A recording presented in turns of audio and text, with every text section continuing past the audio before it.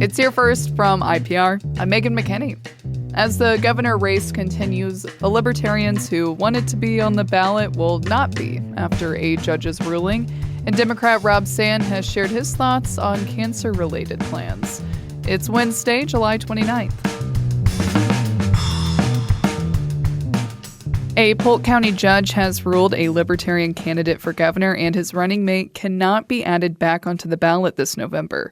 Last month, the state panel kicked Nicholas Gluba and Jules Cutler off the ballot. Gluba was running for governor with Cutler as his lieutenant governor. The panel determined that Cutler failed to submit the needed affidavit of candidacy. Stephanie Berlin is the chair of the Iowa Libertarian Party. She says the candidates are thinking about appealing the judge's decision. We are clearly unhappy with the decision and the pathway that this has taken us down. However, we are exploring our next steps. In court, Cutler claims she offered her affidavit to an elections official who told her it wasn't necessary. The official said Cutler didn't try to offer her the document. Democratic gubernatorial candidate Rob Sand says he would be interested in exploring increasing the state's tobacco tax. IPR's Natalie Krebs has more. The roundtable event on cancer in Iowa was hosted by the American Cancer Society Cancer Action Network.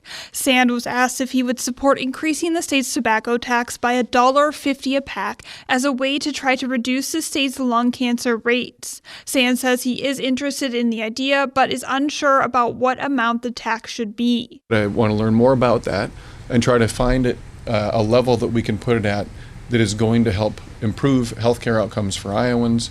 And put us in a place where we also aren't just sending everyone somewhere else to go get it instead. According to the Iowa Cancer Registry, lung cancer is the leading cause of cancer deaths in the state.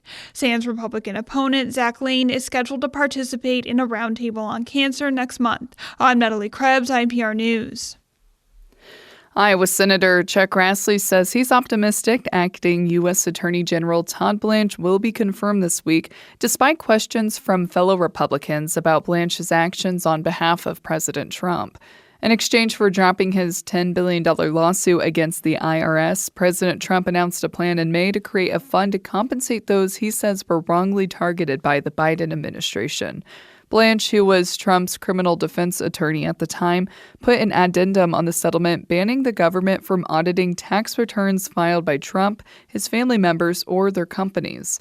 Grassley, who chairs the Senate Judiciary Committee, says he's working with two reluctant committee members to get them to vote yes. We have two members that want some further satisfaction before they're going to vote for him.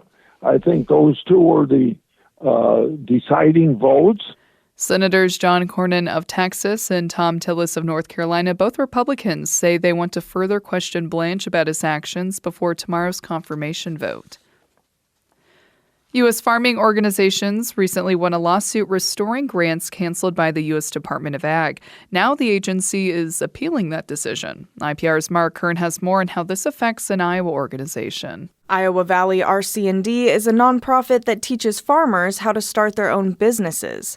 One of their farmer training programs was funded by the Increasing Land, Capital, and Market Access Grant. The USDA terminated that grant program in March due to claims of waste, fraud, and abuse. A lawsuit successfully restored the grant earlier this month, but Iowa Valley Director Jason Grimm says they don't want to act yet because the USDA is appealing the decision.